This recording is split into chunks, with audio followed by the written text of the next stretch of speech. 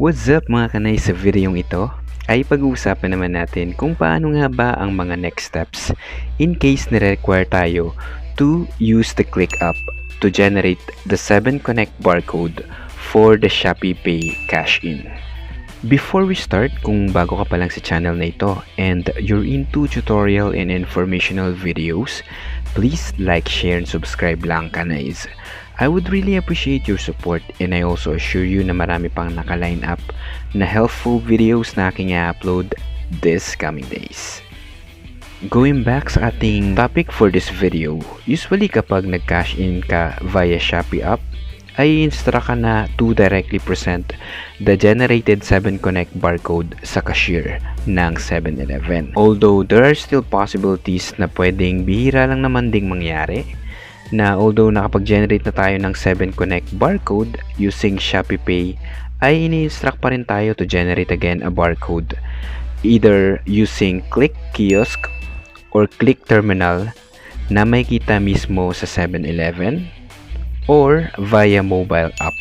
So ang tutorial natin right now is kung paano ito gagawin via mobile app. Once na ma-open mo na ang cliqq app, ay tap lamang ang Pay Bills. Then tap on e-money. Tapos choose Shopee Pay Dragon Pay. Then please enter the 8-digit account number, which is ang kailangan mong i-enter ay yung alphanumeric na reference number na naka-indicate doon sa malapit sa ibaba ng barcode na unang na-generate. So related to this one, I advise i-screenshot mo na lang yung unang na-generate na transaction para may easy reference ka na.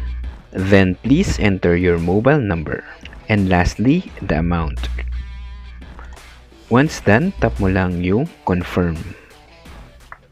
Then it will come up now with the new 7 Connect barcode in which ito na yung ipapresent mo kay cashier for the cash-in. So that's it mga kanays, we're done with the simple steps on how to generate the subsequent 7 Connect barcode for the Shopee Pay cash-in.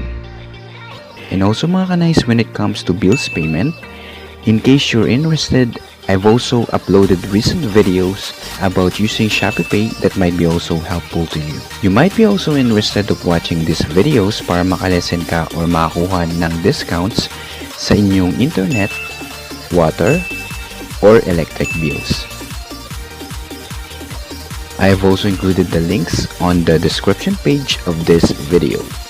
Kung meron din mga katanungan tungkol sa video na ito, please don't hesitate na mag-comment lang and I will be glad to answer your questions. So paano mga kanays, hanggang dito na lamang muna. Maraming salamat sa panonood. Always stay safe and healthy.